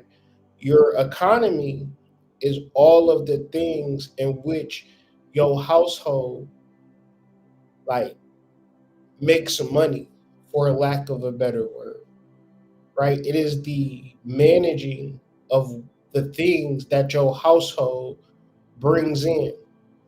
So another way to understand economy, a more succinct way, is thinking about the things that you do on a daily basis in your house. Everything that you do in your house requires money. Meaning that if you wake up and drink coffee, that's a money opportunity. If you wake up and drink tea, somebody sold you that tea. If you got a footstool when you take a number two, somebody sold you that. If your toilet seat got bedazzles on it, somebody sold you that. If your bathroom got, toothbrush holders with uh seashells on it, somebody sold you that. Somebody sold you your doorknob, somebody sold you your flooring, somebody sold you the paint on your walls, the decoration, the baskets, the hangers. Everything in your house is a result of an economy. So if you're trying to figure that thing out, trash, the cleaning supplies, the service of cleaning, the service of cooking, and working with the 320 million Americans. If you know 1,000 people that are willing to spend $40, maybe $40 a month, $40 a year. If 1,000 people spend $40 with you, that's a gross profit of $40,000 added to your economy. The $40, how they're going to spend it is either you make cups, you make ices, you bedazzle Apple chargers, you sell weed. I don't know. You make your own baby wipes from scratch. You know what I'm saying? A safe baby products, safe baby food. You meal prep for babies. You meal prep for single moms. You meal prep for families of the kids. So not only do you meal prep for the mom and the dad, you also meal prep for the kids. And you sell meal prep kits to everybody in your neighborhood. Now you can sell a meal prep for easily $100 a week per person. You can run a deal, $275. Now, if you got 5 families, just say $250 to make it even. You got 4 families for $250 a week. You meal prepping. Okay? 4 families, $250 a week. That's $1,000 a week. 52, 56 weeks in a year. Add it up. Okay? And when you think about, if you meditate on economy, household management, an idea will come to you. You'll have too many ideas because everything you do costs money. And if everything you do costs money, everything you do can make money. This is economy. It's supply and demand. Supply and demand. Supply and demand. The demand, supply. 320 million people. I'm talking about 4 out of 320 million people of vegan meal prep. That is not greens and salads, but an array of palate pleasing goodness, food with no preservatives, healthy food. And mom, dad, guess what? One less thing you don't have to worry about. Now you selling deluxe packages. Instead of $250 a week, shit. There's a whole family here. And y'all want me to cook and meal prep? I need $700. All right, I'll do a deal. $500. You got it. You making $20,000 a month. Take $2,000 out of that. Give it to me. I'ma feed y'all niggas every day, 7 days a week. I'ma get it. All right. So just think about it. Right. You can have fun with this. The law of supply and demand compares supplier preferences with consumer preferences. Supplier preferences, supply, right? Consumer preferences, demand. What does the consumer prefer? I don't know what the consumer prefers. What do you prefer? I like New York style pizza. Ain't no good New York style pizza in Detroit. Go to New York. Get the formula. Get the sauce. You want a fucking New York slice with the grease. Who the fuck know what I'm talking about? When you go to them goddamn New York pizza and you get a motherfucking slice of pizza and it send you to another fucking dimension. Bring that shit to your city and town. New York slices by the slice, $2.50. Nigga, $2.50 a slice. It's 8 slices. What is that? That's $10 for, wait. Yeah, you made $10 off that. Or maybe more. No, $2.50. No, you made $20 off that thing, right? $2.50 times 8 is 20. I think.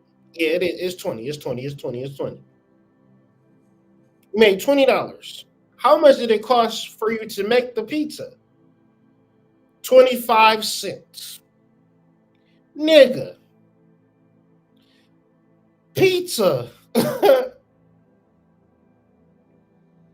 New York style pizza. If you don't like this pizza, money back. This is the best pizza in the city. These are the best chicken wings in the city. This is the best lamb chops in the city. Best lobster tail in the city. What do you want? All else being equal, supply rises while demand declines as the price increases. Levels of supply and demand for varying prices can be plotted on graph as curves, and the intersection of the curves marks the equilibrium or market clearing price, which demand equals supply and represents the process of price discovery in the marketplace. So in reference to figuring out the proper price point, is much more of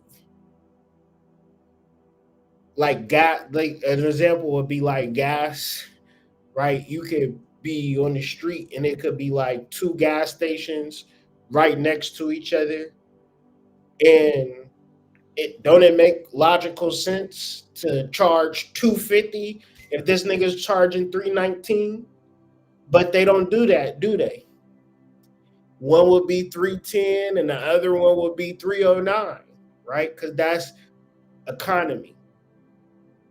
That's price discovery. in referencing to, like, you know, when you in business and you're not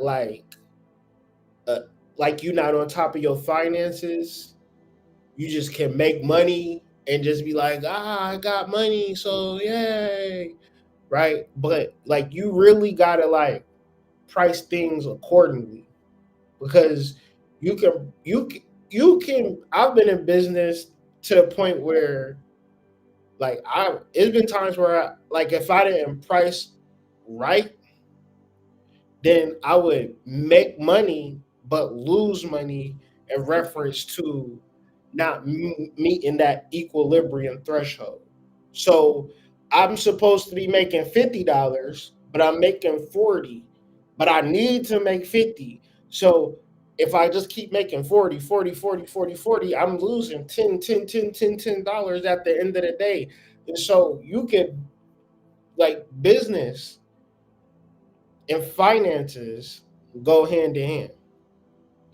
And then you got to actually have a business that people support, because that's a whole nother beast. Like, fuck that. Like, you could have a business and don't nobody buy shit.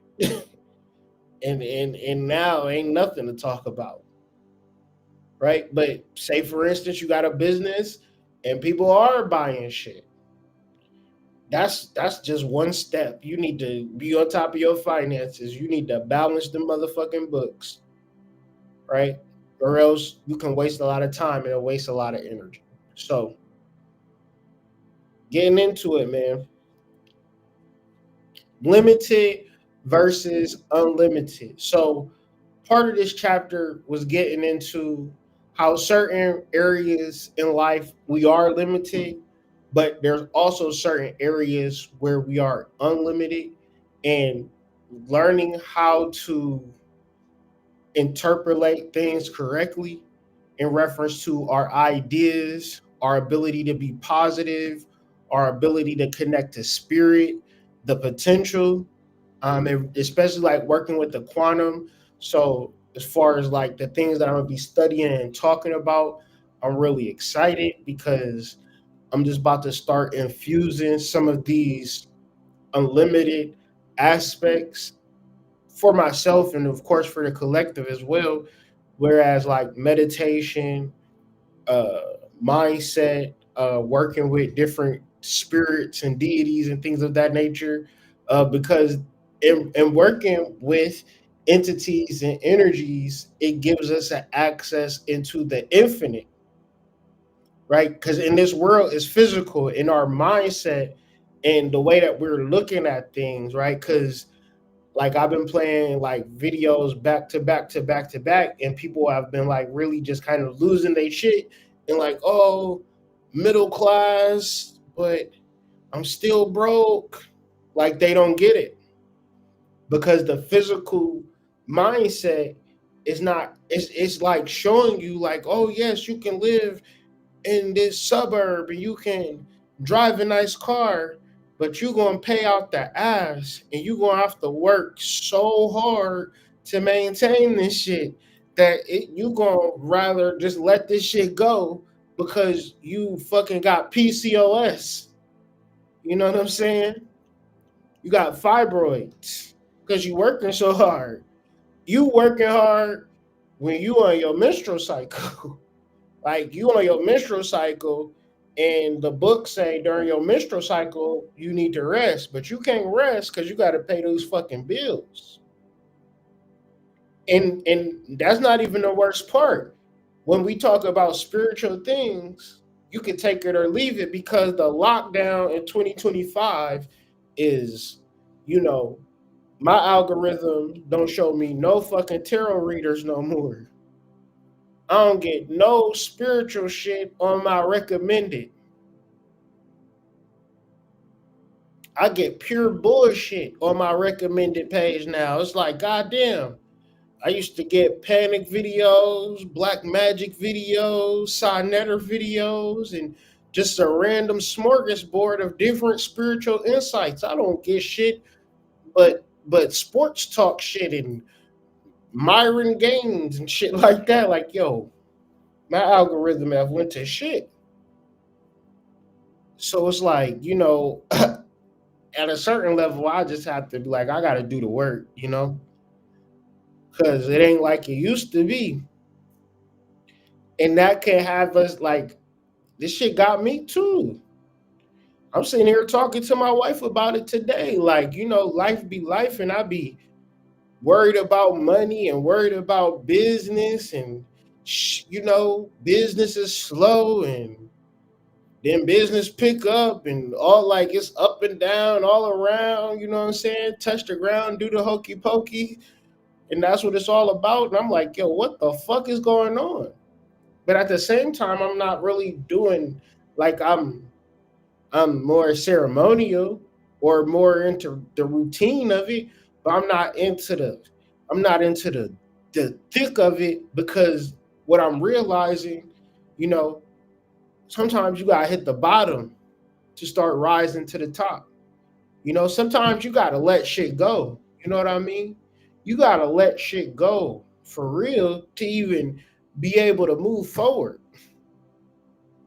And once again, if you're not letting shit go for real, and you're not really about what you about, you can be in this physical mindset, and this physical mindset is so limiting, and you don't even realize it. So it's like the practices of just letting your mind go, stop thinking all the time, stop wishing and wanting and hoping and this, that, and the third, just getting into a meditation, letting your imagination run wild, just letting the downloads take place. Like, that's what it's all about. So learning the difference and also incorporating the limited and the unlimited. In chapter 3, he also was talking about how everything you see on earth is made from one original substance, out of which all things proceed. And this is a provocative concept that, people are not necessarily talking about, nor, would they be aware of it. So this ties into the idea about the economy and the very various multitude of ideas one can access to become rich, right? And you and in reference to having a positive mental, I wouldn't even say positive, but an affirmative mental and emotional, metaphysical / spiritual disposition to say, if getting rich is something that can happen, I want it to happen to me. You know what I'm saying? Like, I want to be rich, so I'm going. No, like, I want to have at least $30 million to be in the elite class on a yearly basis. 30 million. That's the goal. 30 million a year. Otherwise, right? I will be a part of the working class. I will have no control. And when you talk about being rich, you're talking about living. So, at one level, from the physical aspect, everything that they teach us, everything that they mind control us into thinking, this is some hard and difficult shit. It's almost like some make believe shit. But from the perspective of Wallace D. Wattles, the perspective of the original formless stuff or substance from which all things are made. All the seemingly many elements are but different presentations of one element. All the many forms found in organic and inorganic nature are but different shapes made from the same stuff. And this stuff is thinking stuff. All right? So the thought of the facts of, man, I don't even need money. I just need to be with my family on Thanksgiving so we can talk shit and watch this NFL game. Guess what's going to happen? You're going to be watching the Cowboys with a piece of chicken stuck in the side of your cheek, right? Some goddamn stuffing, some cranberry sauce, talking about, damn, we've been doing this shit since Emmett Smith and Troy Aikman.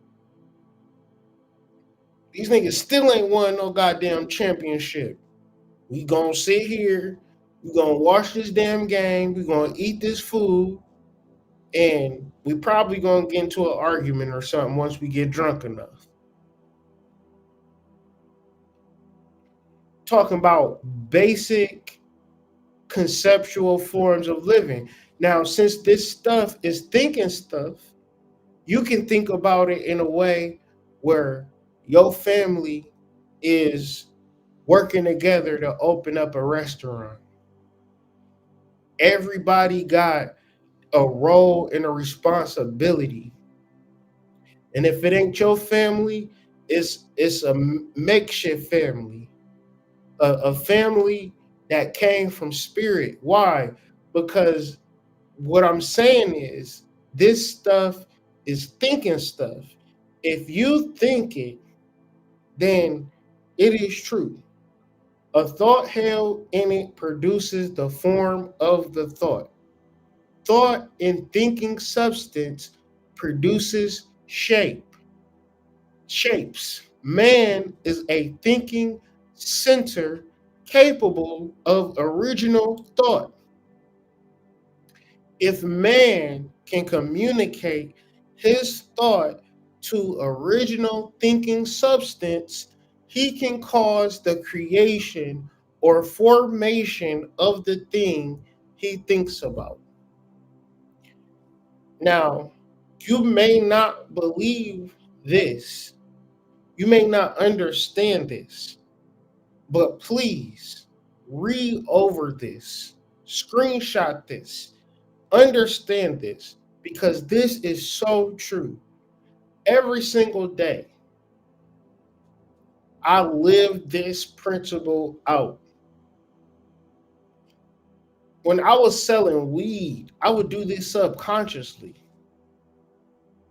I don't even know how the fuck I'm gonna sell weed. I don't even know nobody that smokes weed. I don't even know nobody that smokes weed. But I had some weed to sell, so I will go to sleep. What am I thinking about? I'm thinking about people buying weed, dime bags. And they like, damn, bro, this is the best dime bag I ever had in my life. I'm only get dime bags from you, man. I'm going to sleep thinking about this. Guess what's happening? My niggas, they was amazed. They like, how the fuck you selling all this weed?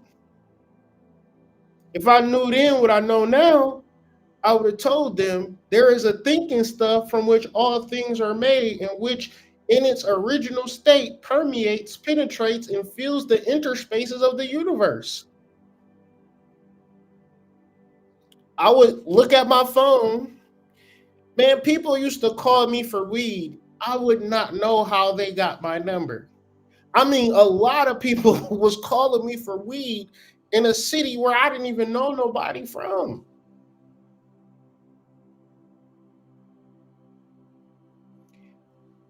Man, I've done this with goddamn herbs.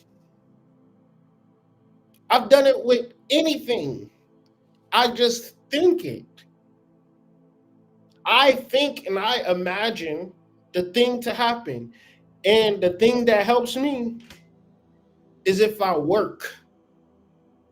Okay? Because when I'm working, I'm like not thinking about, so when I'm not working, so I went through a period where I wasn't working and I was just doing the business. But the business, it got slow. But it wasn't necessarily slow like no, it was just slow like it wasn't enough to live. And that put me in a predicament where I'm like, all right. So I'm thinking like, shit, it's all over with, right? So I just start working. Guess what happened when I started working? The business picked up. But instead of quitting, I just keep working and keep building my business at the same time. One hand washes the other. I don't give a fuck. I don't give a damn, right? I'm just already thinking in a way where I'm just like, yeah, this is what I don't care. I want everybody making money. I want my wife making money, I want my kids making money, and I'm like, yeah, just save it. Cause I see it. I'm just thinking like, yeah, fuck it. We about to go fucking ape shit out here in these streets. There is a thinking stuff which all things are made. So if you're thinking in a way where, now this is going to be confusing. If you're thinking about it, you're blocking yourself from it. That was what my example was trying to explain. When I stopped thinking about my business, it takes care of itself. I've already created the blueprint. So I don't gotta micromanage the blueprint. I just have to just stop thinking about it. A thought in this substance produces the thing that is imaged by the thought. Man can form things in his thought, and by impressing his thought upon the formless substance, can cause the things he thinks about to be created. So when you go to sleep at night, I've read this book a lot of times, and I'm telling y'all, if you think in a way that is uber positive, and instead of you like wishing for it, you impress it upon the formless substance. Just imagine the world being something that you can imagine it to be, and press it in to this formless void what you want it to be. Okay? As long as you begin to do that repetitiously, it will start to manifest for you. I'm only saying it because I've done it so fucking much, consciously and unconsciously. Before I was reading a book, during reading a book, not reading a book, and I'm doing it in reverse. So reading a book is like, and I said I did chapter 1, chapter 2, and it's like I just feel I can't explain the way that I feel. And the way that I feel is just me just wanting to go through every chapter of this book. That's all I want to do. Because if I'm going through every chapter of this book, I'm telling you, shit is taking care of itself on the other side. Right? So get into it, man. Have fun with it. Stop thinking negative. Stop thinking about the past. Stop thinking about some nigga or some girl. Stop thinking about the fact that I'm depressed. Every motherfucker want to talk about how depressed they is. What the fuck is you? Get some fucking money. You won't be depressed. Yeah, well, I already got, this in the third. Yeah, okay, you got 30 M's. You got a staff of 1,000 people. All right, shut the fuck up. Let's get to work. There is no limit to the supply of formless stuff or original stuff. This is the unlimited part we're talking about. There is no limit to the supply of formless stuff or original substance. The universe is made out of it. So think about this.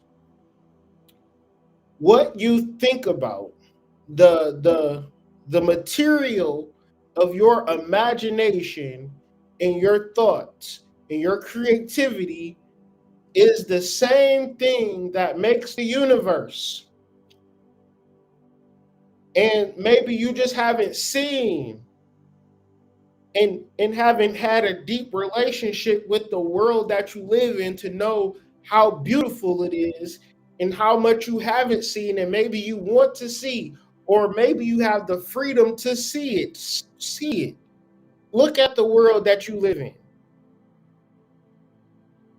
Everything that you see is made out of the same substance that dreams are made out of, meaning that there is no separation between your imagination and reality. We just have not been told this in such a way for us to understand it and compute it. We are told this in such a way to make us feel less than before we even get a glimpse of who we truly are. The universe is made out of the formless original substance, but it was not all used in making the universe, meaning that there is still more to be used by you. The spaces in, through, and between the forms of the visible universe are permeated and filled with the original substance and the formless stuff with the raw material of all things. 10,000 times as much has been made, might still be made. And even then, we shall have not exhausted the supply of universal raw material. And we say all of this to say that no man therefore is poor because nature is poor or because there is not enough to go around.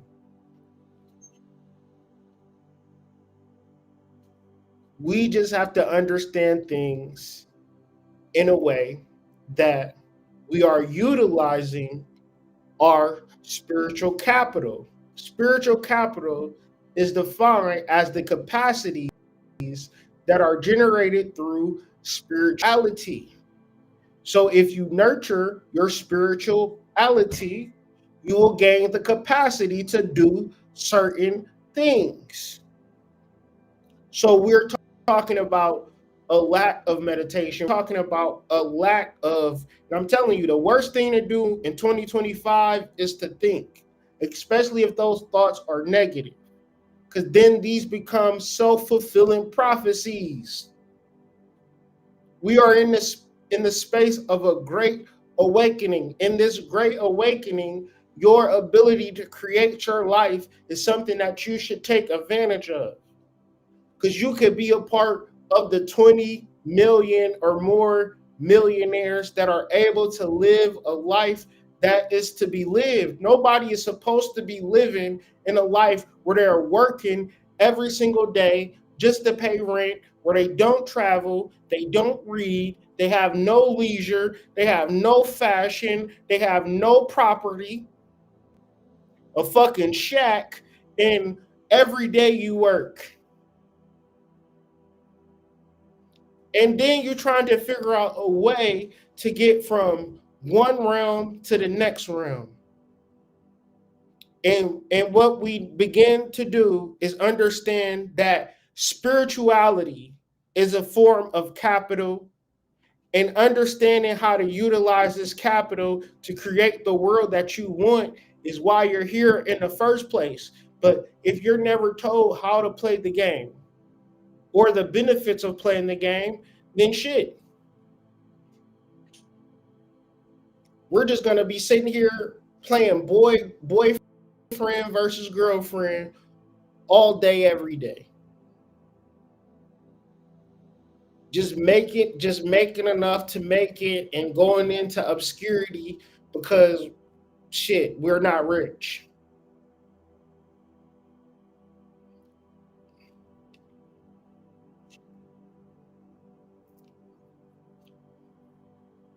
So once again, how do I get into it?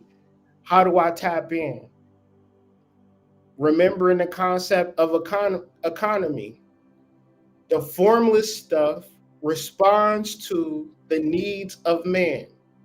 It will not let him be without any good thing. You just need to figure out where you're going to fit in.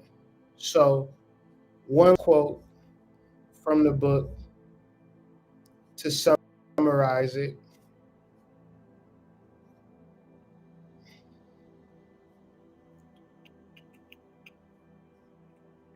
You are not kept poor by lack.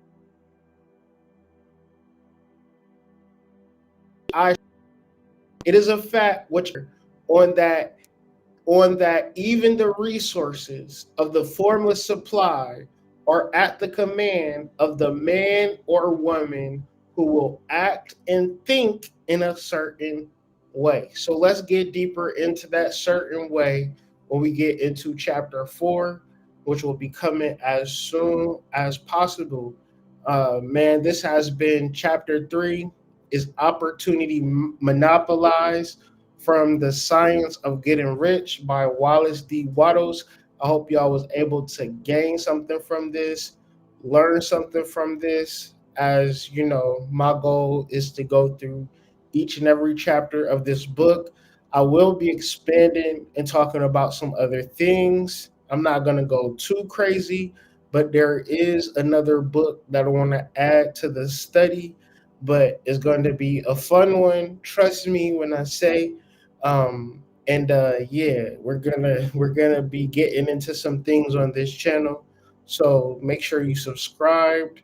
Make sure you hit the notification bell.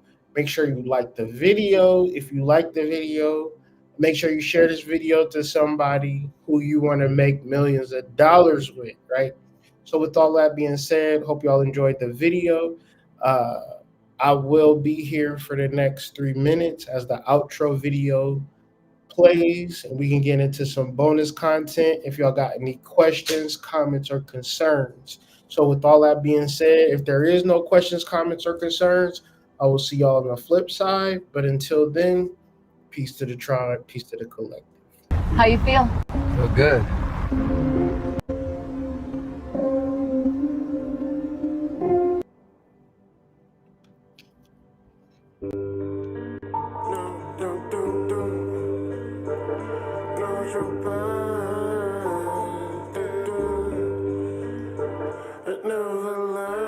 Test this out. Now keep in mind that I'm an artist and I'm sensitive about bullshit. How you walking in the future, but still forget your past. You looking for material, but that shit never lasts. Do you even know the real you? They can only see you through a mask. You was walking in the future, but still don't know your past. Why you always in fatigue? Cause I'm a one-man army.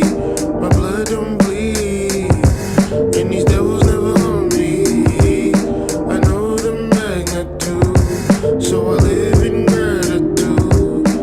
Negativity has no gravity. Wanna write me out existence. They wanna dilute my blood, strip me of my innocence, because they know who I was. Cognitive dissonance, send this message through with love, cause I am the remnant. The ancestors knew I'd come. How you walking in the future, but still forget your past. You looking for material, but that shit never lasts. Do you even know the real you? They can only see you through a mask. You was walking in the future, but still don't know your past. Little boy in Ohio, smells of the fresh cut grass. Lord know what I know. Secrets of an ancient past. Descendants of the mound builders. They make sure that you didn't know that. Tried to say you were native. Ooh, but you the ones that made it. Wanna write you out existence. They wanna dilute your blood, strip you of your innocence, because they know who you are. Cognitive dissonance, send this message through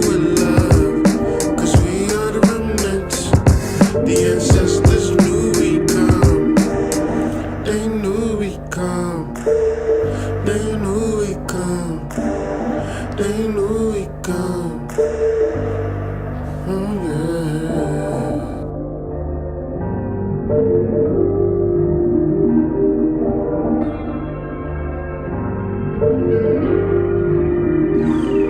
How you walking in the future, but still forget your past. You looking for material, but that shit never lasts. Do you even know the real you? They can only see you through a mask. You was walking in the future, but still don't know your past.